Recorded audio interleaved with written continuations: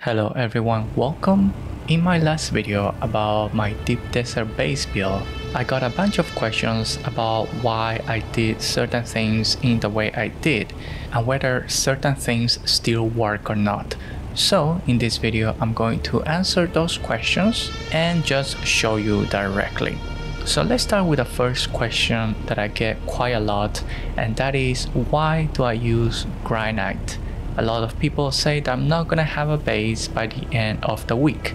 So it is important to note that it is not just about the material that you use, but also the building set that you choose. So for example, the one with the lowest health is the chomp shelter. It uses granite and the health of a foundation is 5,000 and the walls are 4,000. If you go to chomp facility, even though it is also using granite stone, the health is higher. For the foundations, you go from 5,000 to 7,000, and the walls, you're going from 4,000 to 5,600. The observer parts, they have the exact same health as facility, as well as the new Dune parts. I built my base right at the start of this week, right after the reset, a little bit after 10 AM. That is when I put my set fee, and we've had plenty of storms. And yes, this week I also lost a carrier ornithopter and a sand crawler all in one go to Shai Halud. Anyway, plenty of sandstorms. It is now Sunday morning, but there hasn't been a lot of sandstorms overnight. So we are on day 5. And let me show you the health of all of this. It is currently everything at excellent. Absolutely zero repairs because there is no need. But as you can see, everything on day 5, it is still excellent with plenty to go. By Monday, usually Monday morning or Monday afternoon, I'm already gone. And even for the ones at the top where they always take damage, you're looking at still everything to be excellent. This is using granite stone with the chomp facility. In fact, even if you decide to build your base in deep desert using the chomp shelter, you will still make it to the end of the week. So for example, the gate, this Dune gate, has a health of 3,500, which is 500 less than a chomp shelter wall. And at day 5, it is still holding very well. The reason why I don't use chomp shelter is because the weight doesn't jump that much going from shelter to facility. Plus, it makes me less anxious because some parts, especially in the corners, could go down to half health if you just use chomp shelter. It would take more than 3 weeks to get your chomp facility destroyed by the storm. And also, just to give you a comparison, in the base area here, I actually using plastone, and you can see this is plastone, perfect, and this is granite chomp facility. You can see the health difference is a little bit less, but you're still in the excellent category. Way enough health left if you decide to stay all the way until Monday evening. I also have another gate here which has less health, and it is still holding excellent, but definitely, less than all the other pieces. So yeah, do not worry if you use granite and you choose chomp facility. Your base is not gonna be gone by the end of the week. Now, if you decide to build in PvP, then that's a different story. Go ahead, use plastone. In fact, I would suggest maybe you double wall your base if you decide to build it in PvP. And now let's go to the second question, and that is whether my Windtraps still work if I enclose them like this. And the answer is, it depends on the status of the area that you're building the Windtraps. If the entire area is water sealed and you put a Windtrap there, it is not going to work. However, all you need is that part of your Windtrap touches an area that is not water sealed. For example, this side that I'm standing here, it says water sealed. Now, if I go to this side, the side that I'm facing, this window here, it says shelter. And as long as part of it touches somewhere that is shelter, it is going to work. because there is no degree of water generated. It's either 0, it doesn't generate water, or it generates the full amount. And I'm gonna show you now an easy way to tell after you add a filter to this one.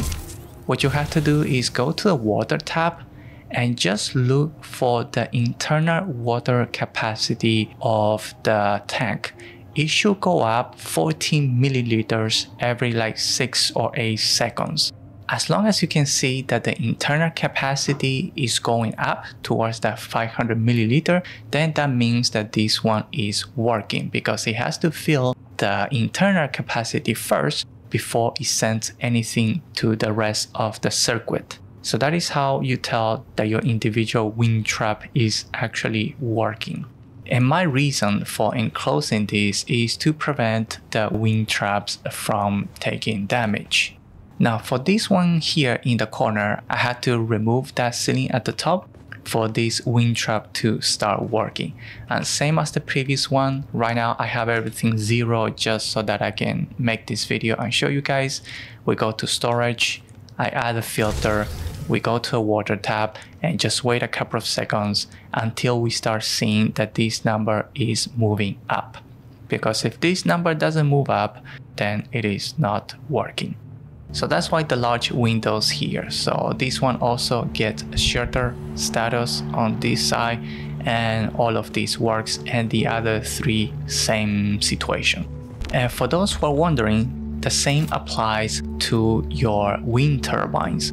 Even though it is enclosed, a lot of these area here are not water sealed and just shutter. So that way I'm able to still protect all of these from damage.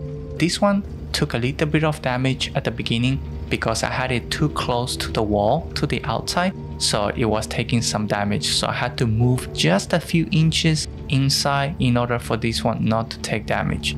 They all work because they are not in a water sealed place.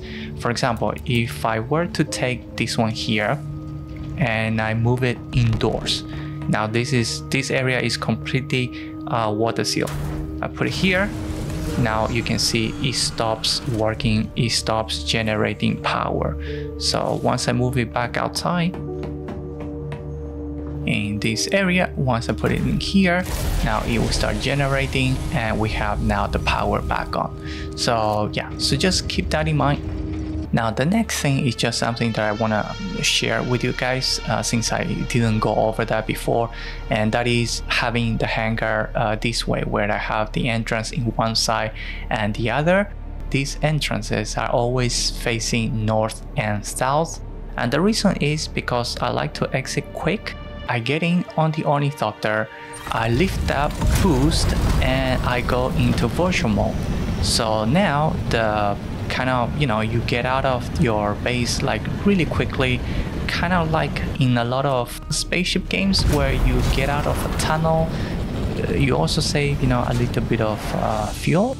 Of course, this only works if you have boosters on. Lift up a little bit, boost first, and then right away virtual mode. And the same thing works with your assault ornithopter as well. In this design, the height is a little bit tight, so the camera might hit the ceiling a little bit, but...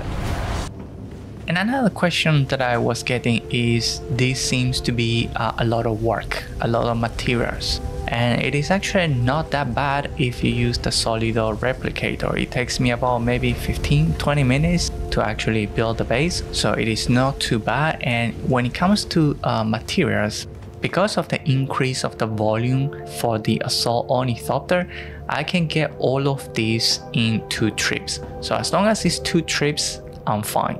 There is a 3rd trip where I fly back just to fly the carrier ornithopter by itself. So that's why it doesn't matter if I reduce the granite amount, if I, make this simpler. And usually I bring in like 90% of the granite. Like for example, if you see, I do have a lot of railings and all that crap. Usually that comes from granite that I pick up here in deep desert. My goal with this base was to strike a balance between form and function. and improve it and make it as perfect as possible for me, and then share that with you guys so that you could at least take parts of it that are useful for you. And that is pretty much all there is to it. There is no way to make something that is perfect for everyone because, I don't know all your situations. Anyway, that is it for this video. I hope it was helpful. If you enjoyed it, please don't forget to like and subscribe. Otherwise, thank you all for watching. Enjoy the game, have fun, and I'll see you all in the next video.